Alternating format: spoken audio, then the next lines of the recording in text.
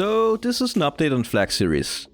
As more and more packages with flags have arrived and more have requested an update, I think it's overdue. For example, I finally now have a Cuban flag after Mark and Claudia kindly sent this one. It's a really cool flag. From Cambodia, Bunsiam, and I'm sorry if I mispronounced your name, sent his country's flag along with a couple of paper versions. It features Angkor Wat, the largest religious structure in the world. Tidja also sent a Cambodian flag. I, by the way, highly recommend visiting Cambodia. Javier wanted to send a Bolivian flag, but had some struggle with the postal service. So he gave one to his son to bring with him to Europe and send from Paris, where he lives. So both a big thanks to Javier, but also to your son. Please give him my best greetings. In the first video, I got this flag from Flanders from the Tourism Bureau. To be honest, I had an idea it was not the official version, since it did say tourism on it. Then in the next video, I thought I got the right one, but a lot of people reached out to me and told me it was a version used by the political right and separatists, since it had no red claws. Now that Mark sent this one, I'll try for the third time and make the claim I got the real flag of Flanders, and hopefully I'll get it right this time. Saxes also sent the flag of Flanders along with Belgium's francophone region of Wallonia. She even made sure not to forget the German-speaking community and printed their flag. And added some of the famous Belgian chocolate and some pins for the Belgian football team. She also sent a lot of Belgian flags, but the coolest thing is she drew my logo with the flag she sent.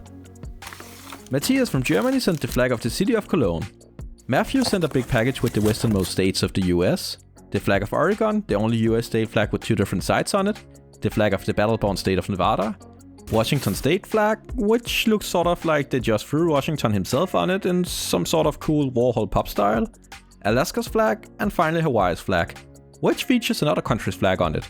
Quite noticeably, in the upper corner there's a Polish flag, but look closer and there's actually also a British flag in the other corner. Which is even more interesting, given its sort of random history for being there. The British Captain George Vancouver visited the islands and gave a red ensign to the King of Hawaii, Kamehameha. Yes, Goku's move in Dragon Ball is named after him. Anyway, apparently Kamehameha liked the flag and began using it officially in front of his house. He used it for about 20 years when an advisor to the king noted that people might get the wrong idea and think that the islands were part of the British Empire, or at least aligned with the British. So they updated it with some fancy colored stripes, and here we are today. Anyway, a big thank you to Matthew, who also sent these quarters from all these states, each with their own design and a cool $2 bill. And he printed a flag of Placer County. Jason actually also sent some of the same flags, both Hawaii and Alaska. He also sent the US flag with 48 stars from before they became states. And a $1 bill, a picture of Venice, and his photo with his friend who just became a US citizen. Though he now has to pay US tax all over the world, he also gets the travel freedom that comes with it and the ability to vote in US elections. So a big congratulations to him. He also sent this homemade Texas flag, which, as a guy who tried sewing flags myself, I can really appreciate. There was also this California flag. From the next flag, I think I might have figured out your political orientation, Jason, but no worries, I won't disclose anything to anybody. The last thing he sent was the US Declaration of Independence. Later he actually sent a more old-looking version. I'm still positive that it's real, but after I get it authenticated, I of course plan on blackmailing the United States for an exorbitant amount of money, since I know how much it means to them. Or just find the treasure myself. Abdullah was awesome and sent the Qatari flag. He noted that according to a list compiled by the UN, Qatar is the country with the lowest probability of experiencing a natural disaster. According to this poll on the channel, Qatar's flag is apparently also better than Bahrain's. Stefano sent a package with a large flag of Genoa, which some could make some completely baseless claims that it's sort of similar to the English flag, but I don't see it at all. And this basil growing kit, which I'll test out right away. Adding some water, putting it in my window with the most sunlight, and then just playing the waiting game. From now on, this channel is primarily a basil farming channel with a secondary focus on flags or travels or whatever my past non-basil videos have been about. Sandip sent this wonderful Nepali flag and a huge pile of candy. Again, after another poll, 59% of this audience of the channel finds it amazing.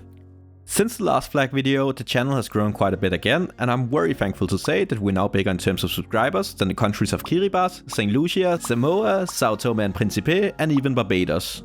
So thank you to everybody who subscribed, I really do appreciate it. I promise to deliver the freshest basil growing content in the future, and maybe some occasional stuff about travel or flags. Hopefully we'll even be able to overtake Iceland at some point, if you like me are tired of the Icelandians' crime-free society without police and where everybody just goes about eating ice cream all the time without any clear night or day. After all this growth, I got a lot of invitations for interviews, which felt a bit weird, but I figured giving the channel some exposure might be a good idea. I did an interview with both of the two largest television networks here in Denmark, but more importantly, a Bulgarian television channel interviewed me, where they dubbed me with a Bulgarian speaker. It was a very strange feeling seeing myself speak with a deeper voice in Bulgarian, though after watching 2 minutes I had to give up watching it since I didn't understand what I was saying anyway. I had to be a bit selective about which interviews offers I would take, and the smart thing would probably be to say yes to those that would give the most exposure and views, but I'm not the best cloud chaser. So for example, when 10-year-old Tom reached out and said he liked my videos and his 5th grade in Canada needed a guest speaker over Zoom and the teacher said it was cool, I immediately said yes. In terms of marketing, it might not be the best choice, but I did have a lot of fun talking to the classroom in Canada.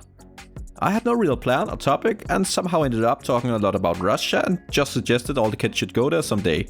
Anyway, the students were very nice and polite and seemed interested. Back to the flags. Danya sent a couple of flags from Kazakhstan along with these types of chocolate. I actually had the pleasure of visiting Kazakhstan if you haven't seen the video. Ivan also sent a Kazakh flag, by the way voted the best Central Asian flag by this community. Samuel from Germany sent the flag of the Bundeslandes of Schleswig-Holstein and Hamburg, and a large bottle of Feiglings, a kind of fig liquor. He asked me to say Moin Jan, bode auf ein Bierchen? Not really sure what it means, so I hope it's not bad. Also from Germany, since he sent the flag of Hessen and Frankfurt am Main. After my last video about becoming German, it really means something special to hear from what's now my fellow countrymen. There has been a very big response from Canada, from where Keith sent the flag of Saskatchewan, and these cool pins. Chase sent the flag of Manitoba, which has a bison on it, and what he called a better Canadian flag than the paper versions the embassies sent. Johan hooked me up with the flag of Ontario, as did Paul and the Franco-Ontarian flag as well. The Francophone communities around Canada all have their own flags. Leonardo also sent the Ontario flag and this large Toronto flag, which is supposed to look like their city hall. He also sent this small Finnish flag due to his Finnish heritage. Some hints and this Finnish licorice, these very Canadian mittens and some maple syrup candy, which seems like the most Canadian thing ever, but it's really delicious. Simon also sent an Ontario flag and a Quebec flag as well. He by the way added an old-fashioned seal to his letter, which I must admit my usual mail doesn't have. The response was pretty massive from Quebec, with some wanting me to recognize it as independent and some saying the opposite, so yeah. Anyway, Michael sent a Quebec flag, and Michael, not the same Michael, did the same and sent a Quebec flag along with a Quebec hat. Renard also sent a Quebec flag. Somebody who wished to remain anonymous sent this package with a Quebec flag as well. Ariane also sent a Quebec flag with these maple leaves biscuits, some small pride flags, these coffee crisp and these Kinder eggs. That unfortunately didn't survive the transit, but the pieces on their own were very delicious still. Kaylee and Janice sent a New Brunswick flag and even a New Brunswick scarf. They also sent the Acadian flag. Saxkøbing sent the flag of the province of Alberta. Lucas also kindly sent 2 of the flag of Alberta, while Braden sent a large version of the flag. Jordan sent the flag of the province of Newfoundland and Labrador. I showed the flag to Bella, the Labrador, but she didn't really care about her Canadian heritage. Jordan also sent the tricolor version of the Newfoundland's flag and a small Canadian flag. Canada is divided into 10 provinces and 3 territories, and thanks to all these nice Canadians, we can actually now color all the non-Nova Scotian provinces on the map. The last package from Canada was from Karen, who sent a large Canadian flag. She also included a Romanian and Hungarian flag, since she has family from there. Next, a package arrived from Brazil. William sent the flag of the state of Pernambuco. To be honest, I didn't know the flag beforehand, but I think it looks great. He also sent a few Brazilian real notes, which features different animals found in the Amazonas. There's something I have to address since I got a lot of questions about it, and that's Palestine. After the very first flag video, I added it to the list of flags I received but never showed the flag, and I got a lot of DMs about it. Honestly, it was not that I didn't want to show the flag or any sort of censorship. When I wrote to the representation, I was told they would send a flag, so I added them to the list. But later they wrote back that they were not able to after all, and I just forgot to remove them from my list of flags. So I never had the flag. I'm sorry, my mistake. Anyway, it's fixed now, since Eddie made sure I got the Palestinian flag, which I really appreciate. Miguel sent both a large Spanish flag and this very long version of it, along with the flag of Aragon and the flag of his city of Zaragoza. From India, Ayush sent the flag of India, the flag of Bhutan, which is truly one of my all-time favorite flags, and the sticker with the Tibetan flag, which he got from Dharamshala, the town where the Dalai Lama currently lives. Alfred wrote to me and said he was going to volunteer in South Sudan. Later he kindly sent me the flag of South Sudan. From Scotland, Fraser sent the flag of the Shetland Islands. Alex sent a magnet with the flag of Herm. the island where cars are banned close to Guernsey. Unfortunately, behind the scenes, I had a lot of problems and fights with the Danish postal service who were delivering to my old P.O Box when they kept losing packages. After countless frustrating hours in their customer service, I had to change the P.O Box in the end. But my new one is up and running now and it's working perfectly. I'll put it in the description and it's open for everybody, but please feel no pressure at all to send anything. Omar kindly sent the flag of Syria. And later the small version to put in the car window of the flag also arrived. The reason for the 2 stars on the flag is that though there's a significant geographical distance between Egypt and Syria, they decided in the end of the 1950s to form the United Arab Republic and integrate into a single country. Hence a star to represent Syria and one for Egypt. Though the union didn't last, Syria just kept the flag. At one point it was even decided that Iraq should join as well.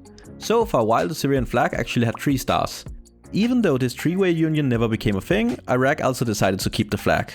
Until Saddam Hussein decided to add God is the greatest in his own handwriting.